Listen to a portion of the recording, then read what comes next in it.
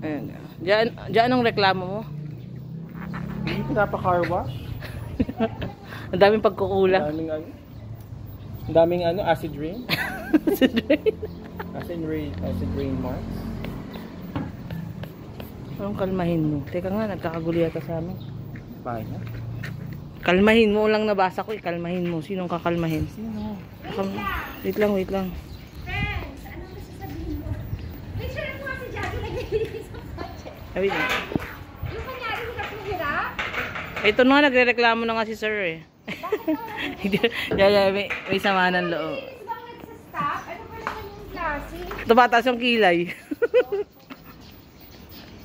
Puso acid rain, no? Puro acid. Ano, picture mo kami best friend. Ba't may mga bucket hat kayo? I'll bring mine. Ay, lasagna. Gutom na ako. Kiss. Ano ba yan? Hindi man lang naligo. Uy, naligo ako. O best friend, paano natin ito? Picture mo. Saglit, ibaba mo muna. Ang laki kasi pala ng luggage mo.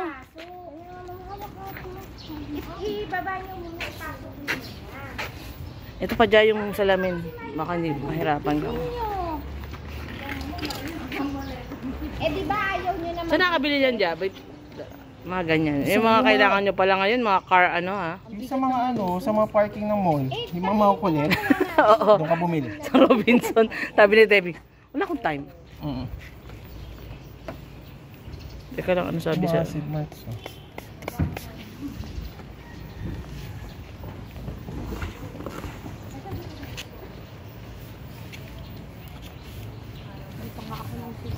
Wow. Diyan na. Napaka-plastic. Maliit na tube daw, papasukan Jo na din na oral medication dun. Oral medication? Baka Tatanggalin naman. yung bara? Baka naman lang. Kasi baby pa may Nagkaubo. phlegm na. Natutuyuan ba yun ng pawis, best friend? Hindi ko nga alam eh. O, maleta. Hindi, kasi di ba maaga nilabas. Hindi pa masyadong yung Best friend, sira agad maleta mo? Kaya nga eh, nasira nga eh.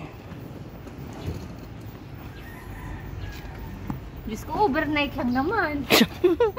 Ikaw ang laki ng baggage mo, nagulat ako eh. Hindi na sila